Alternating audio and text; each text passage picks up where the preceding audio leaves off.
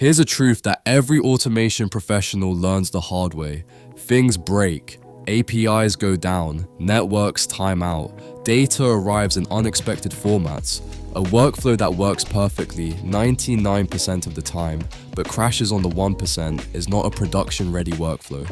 Today, we're going to learn how to build bulletproof automations using N8N's powerful error handling tools. We're going to make sure that when something goes wrong, your workflow handles it gracefully. The first and most important tool is the error trigger node. This is your global safety net for your entire N8N instance. The error trigger is a special trigger that fires whenever any other workflow on your N8N instance encounters an unhandled error. You create a dedicated error handler workflow with this trigger, and then you define what should happen when an error occurs.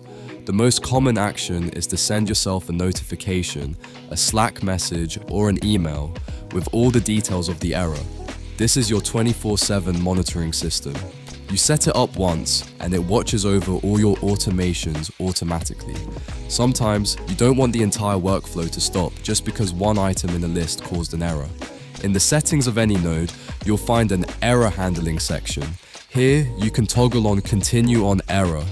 When this is enabled, if this specific node fails for a particular item, instead of stopping the whole workflow, N8N will simply note the error and continue processing the next item.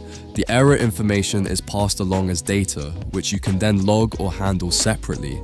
If you're processing 500 items and one of them causes an error, you don't want the other 499 to fail. Continue on error lets the workflow keep going. Some errors are temporary, a network hiccup, a brief API outage. These kinds of errors will often resolve themselves if you just try again. That's what retry logic is for.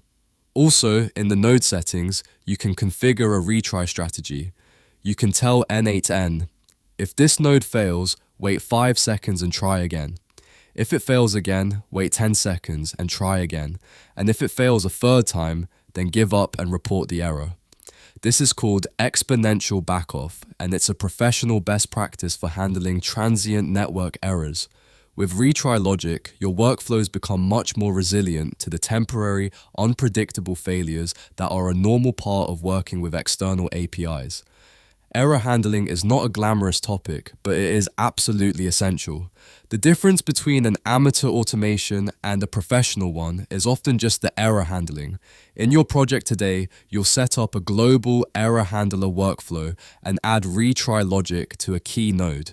Once you've done this, you'll have the foundation for truly production-grade automations. Let's build something bulletproof. Enjoyed this lesson? Stay ahead of the curve in AI automation. Join our newsletter at news@makeittakeit.org for the latest news, tips, tool updates, and upcoming events delivered straight to your inbox. We would love to have you in our community.